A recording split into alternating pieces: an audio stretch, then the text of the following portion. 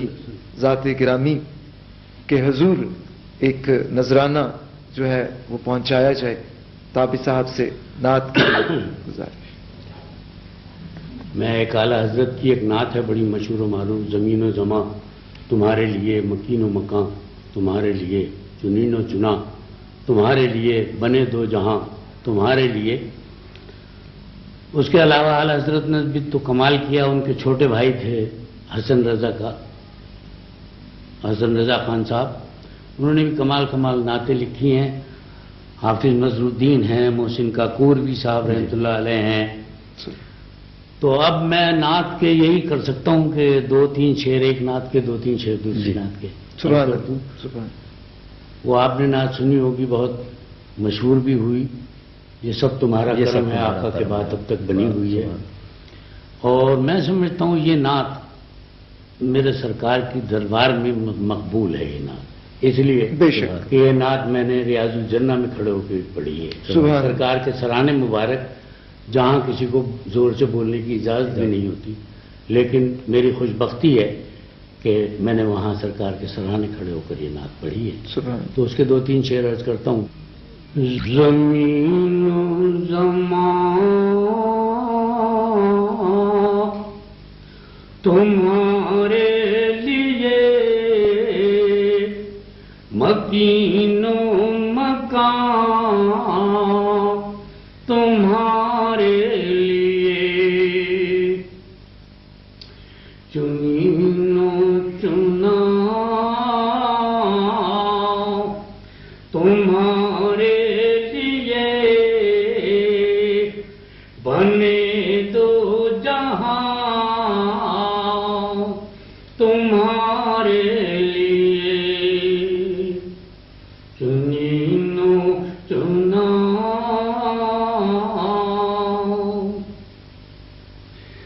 دہن میں زبان تمہارے لیے، بدن میں ہے جان تمہارے لیے، بدن میں ہے جان تمہارے لیے. ہم آئے یہاں تمہارے لیے، ہم آئے یہاں تمہارے لیے،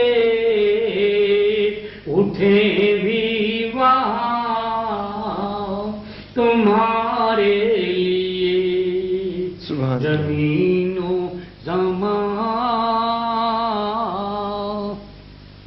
اعلیٰ حضرت کا مقطع ہے، اس میں ایک حدیث پاک کا حوالہ ہے کہ سرکار دو عالم صلی اللہ علیہ وسلم سے کسی صحابی نے پوچھا کہ حضور قیامت کے دن کیا صورتحال ہوگی؟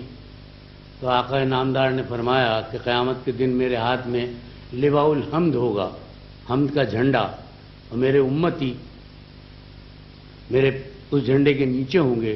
تو اعلیٰ حضرت نے مقطع میں اسی خواہش کا اظہار کیا ہے. فرماتے ہیں کہ صبا چلے کہ باغ پھلے، وہ پھول کھلے کہ دن ہوں بھلے. صبا چلے کہ باغ پھلے، وہ پھول کھلے، وہ پھول کھلے کہ دن ہوں بھلے. لوا کے تلے ثنا میں کھلے، رضا کی زبان تمہارے لیے. لوا کے تلے ثنا میں کھلے، رضا کی زبان تمہارے لیے. زمین و زمان تمہارے لیے، مکین و مکان تمہارے لیے. یہ تو اعلیٰ حضرت کی نعت کے 3 شعر میں نے پیش کیے. اب یہ دوسری نعت جو بہت زیادہ مشہور ہوئی اور مجھ سے ہر قدم پہ فرمائش اس کی ہوتی رہی، اور جیسے میں نے عرض کیا کہ میں نے سرکار کے سرانے مبارک کھڑے ہو کر بھی یہ نعت پڑھی ہے. یہ کراچی کے ایک شاعر ہیں خالد محمود خالد صاحب، یہ ان کی نعت ہے. میں سمجھتا ہوں کہ ان کی بخشش اور میری بخشش دونوں کی اس نعت کی وجہ سے ہو جائے گی. میرا ایمان ہے.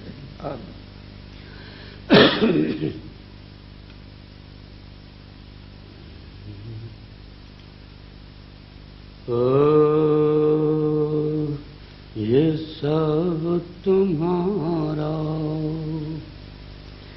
کرم ہے آقا، کہ بات اب تک بنی ہوئی ہے.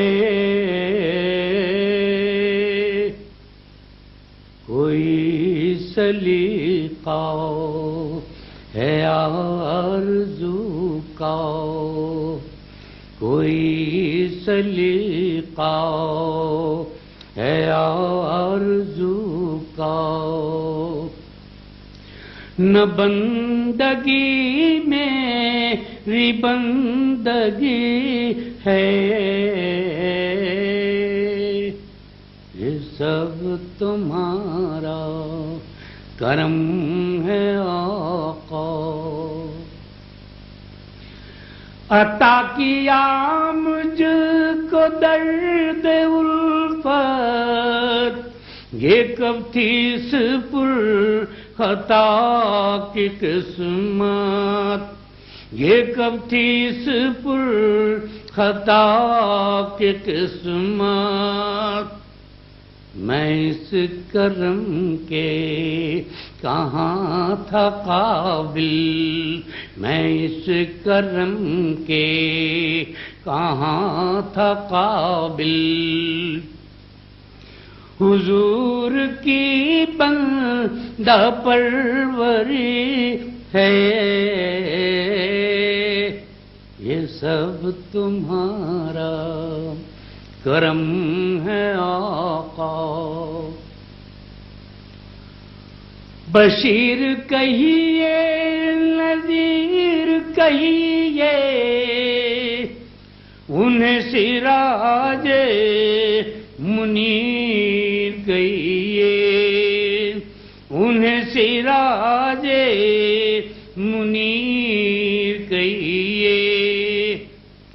جو سر بسر ہے کلام ربی، جو سر بسر ہے کلام ربی، وہ میرے آقا کی زندگی ہے.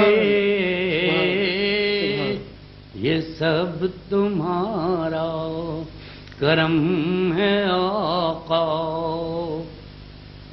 ایک شعر اور عرض کرتا ہوں. جب میں نے یہ شعر وہاں ریاض الجنہ میں کھڑے ہو کر پڑھا تو کیفیت یہ تھی کہ کائنات کی سب سے ادنا ہستی، یعنی میں خطاب کر رہا تھا کائنات کی سب سے اعلیٰ ہستی سے. تجلیوں کے کفیل ہو تم، مراد قلب خلیل ہو تم، مراد قلب خلیل ہو تم. خدا کی روشن دلیل ہو تم، خدا کی روشن دلیل ہو تم. یہ سب تمہاری ہی روشنی ہے. کوئی سلیقہ ہے آرزو کا، نہ بندگی میری بندگی ہے. یہ سب تمہارا کرم ہے آقا، کہ بات رب تک بنی ہوئی ہے. سبحان سبحان. میں شکر گزار ہوں شہباز علی صاحب کا، آپ آج ہمارے پروگرام میں شامل ہوئے. آپ کی آمد کا بے حد شکریہ. شکریہ جناب منصور تابع صاحب، آپ تشریف لائے اور آپ کی بدولت ہمیں رسول پاک صلی اللہ علیہ وآلہ وسلم کی نعت بابرکات اور بہت سی دوسری باتوں سے فیض یاب ہونے کا موقع ملا. آپ کی تشریف آوری کا بے حد شکریہ. آپ سے اجازت چاہوں گا، مگر اس سے پہلے جو اقبال نے کہا تھا کہ لوح بھی تو، قلم بھی تو، تیرا وجود الکتاب، گنبد آبگینہ رنگ تیرے محیط میں ہوا. خدا حافظ.